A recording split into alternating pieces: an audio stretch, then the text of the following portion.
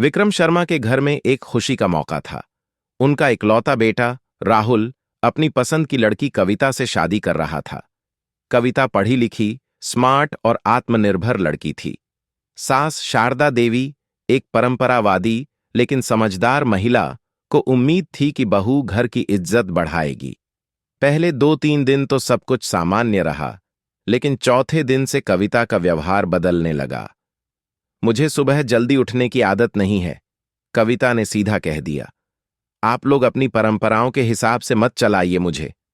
शारदा देवी चौंकी, लेकिन शांत रहीं।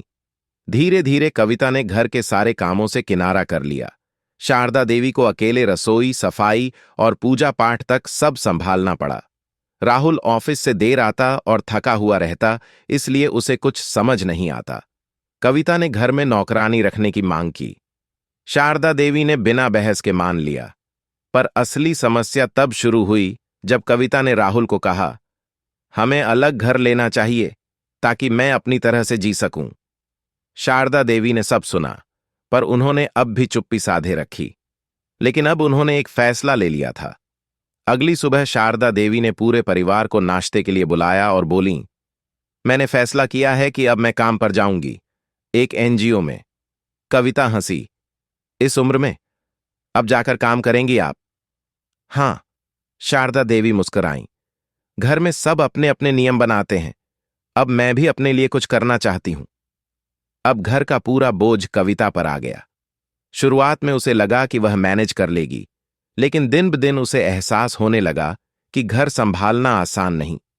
राहुल ने भी कहा, मां ने तो कभी शिकायत नहीं की, लेकिन तुम्हें हर बात में परेशानी है। एक दिन कविता की तबीयत खराब हो गई। पूरे घर में कोई नहीं था, सिवाय शारदा देवी के, जो काम से जल्दी लौटी थीं। उन्होंने कविता की देखभाल की, दवा दी, खाना बनाया। कविता की आंखों में आंसू आ गए। उसने धीमे से कहा, मां, मैं बहुत स्वार्थी थी। आपने कुछ नहीं कहा, फिर भी सब सहन करती रहीं। शारदा देवी ने उसका हाथ थाम लिया। बेटी, मैं सास हूं, लेकिन पहले एक मां हूं।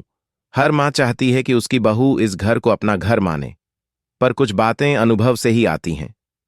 अगले दिन कविता ने सबके लिए नाश्ता बनाया, पहली बार साड़ी पहनकर मंदिर में दिया जलाया और शारदा देवी के पांव छूकर बोली, मां, मुझे फिर से बेटी बना लीजिए।